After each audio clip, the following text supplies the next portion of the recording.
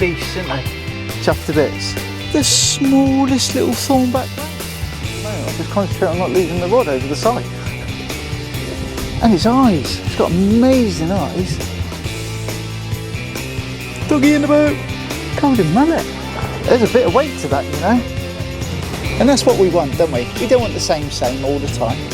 We want something different, a good old show. Hello and welcome to the channel. Welcome to the channel and to the workshop. Log burner's on, it's winter, it's cold, it's freezing.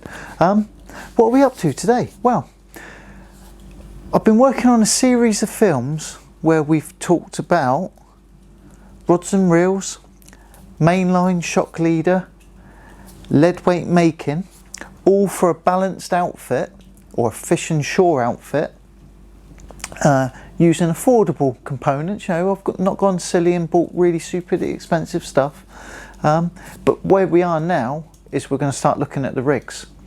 And all of the rigs that's going to go with this setup, because of the way that the shock leader's wound onto the reel, 6 to 8 turns, because you're at a measured amount of shock leader, you need to keep, or if you're going to interchange, you need to keep the rigs at a constant length.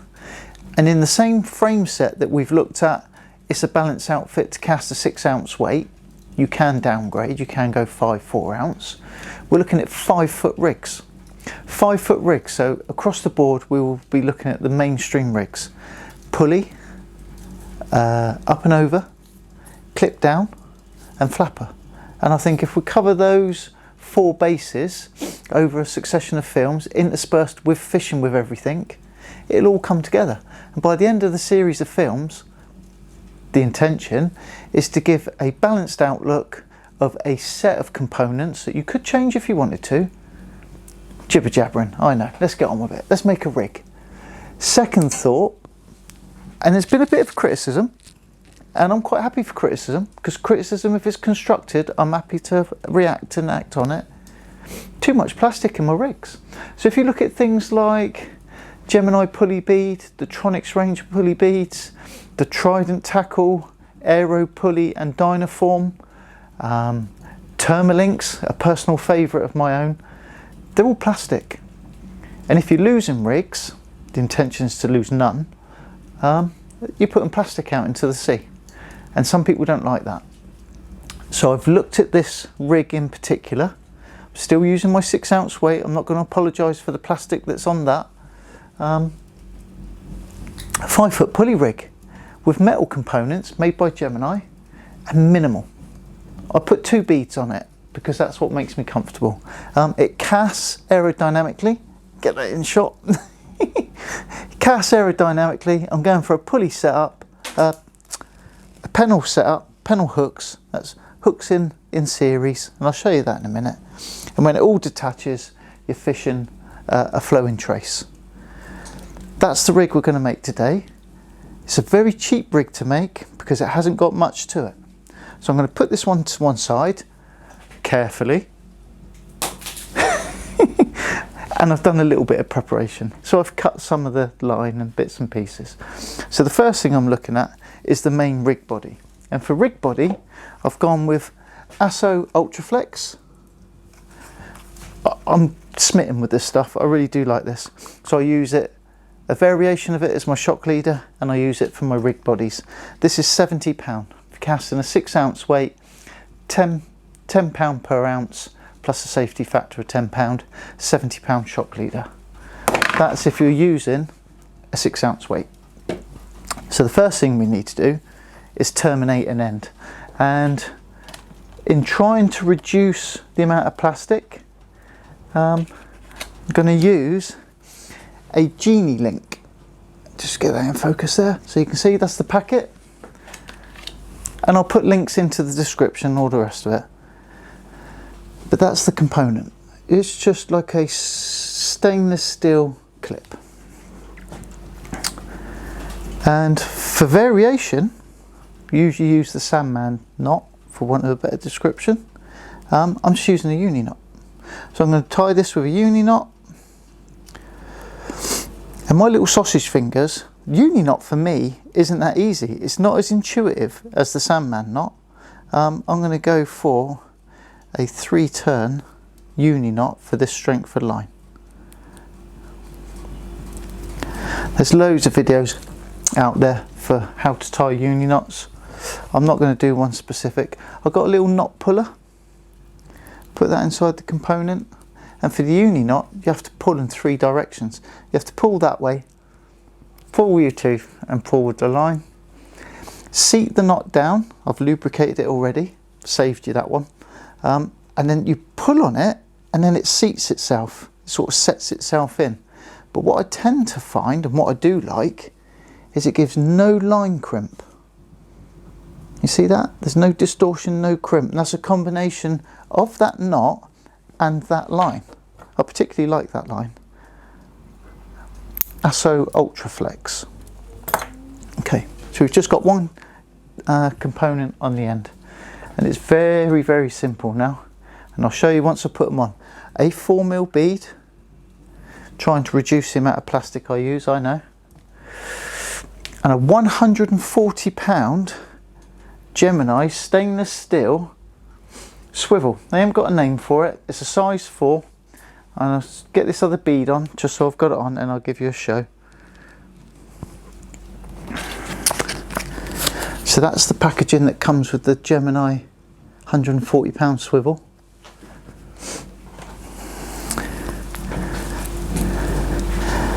And that is the 140-pound swivel that's going to act as our pulley bead. So let's see if it will focus. It's not keen, is it? Between 2 4mm beads. So there's only 4 components on there at the moment. And at the top, to hold all of that captive, just another one of those 140-pound swivels, size 4 swivel. And again, just going to use a 3-turn uni knot.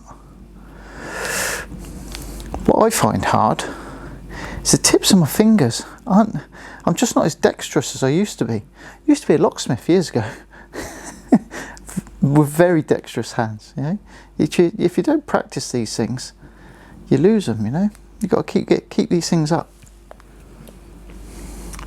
So just start to lightly draw down the knot, moisten it. Use my tiny little £1.50, I think it was. I think you can get them as cheap as £1. I've seen them since I bought this one.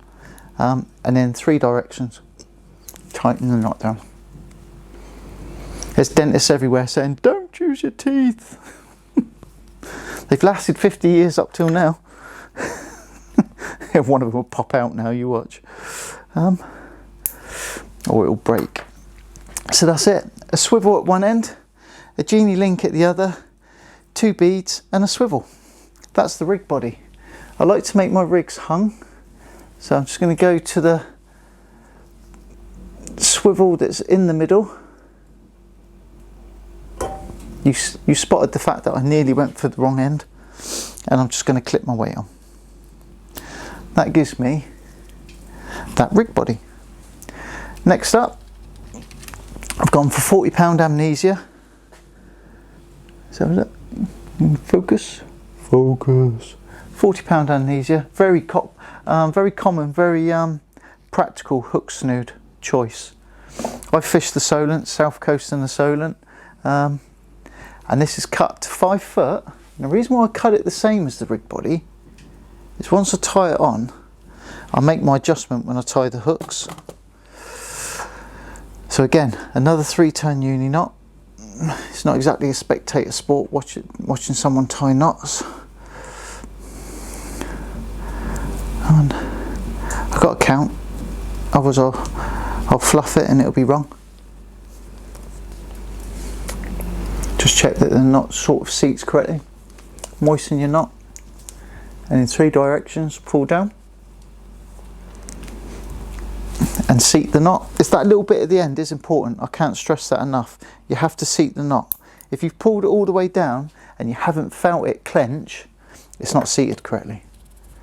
And there we are. So we've got our pulley protected in the knots with beads, and we've got our weight on the end, and we've got our hook snood.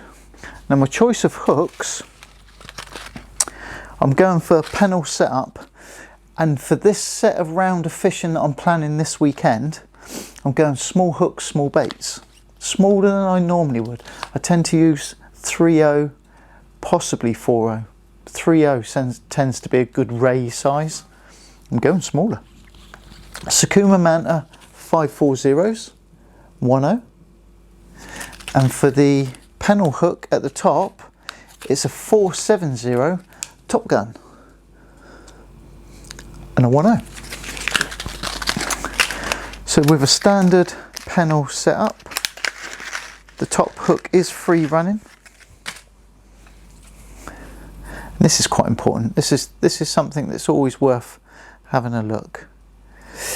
If you put the hook from the back, so that's the free end, there's the hook. When you pull on the hook, it has the effect of tipping the hook to unhook the fish.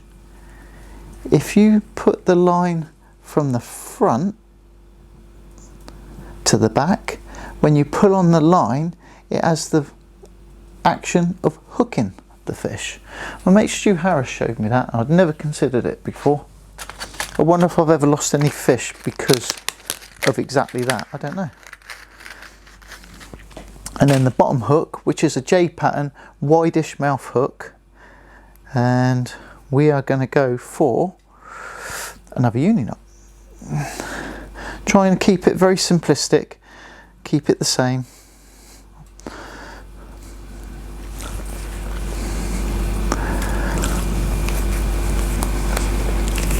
Careful not to hook yourself. Moisten your knot, 3 directions, and then that last bit to snug down, you can use that little knot puller. I like to use my nail clippers because it's got a hole in it that the hook sits in, and then just seat that knot. And it has to do that little flip over for it to be fully seated. Okay. Clip up to check the balance of the rig. And there we have it. One 5-foot pulley rig, all clipped up, ready to go. Hooks in the pennel position, able to take a reasonable sized bait. It's quite a long rig, but we're using long rods. We're using 14-foot rods.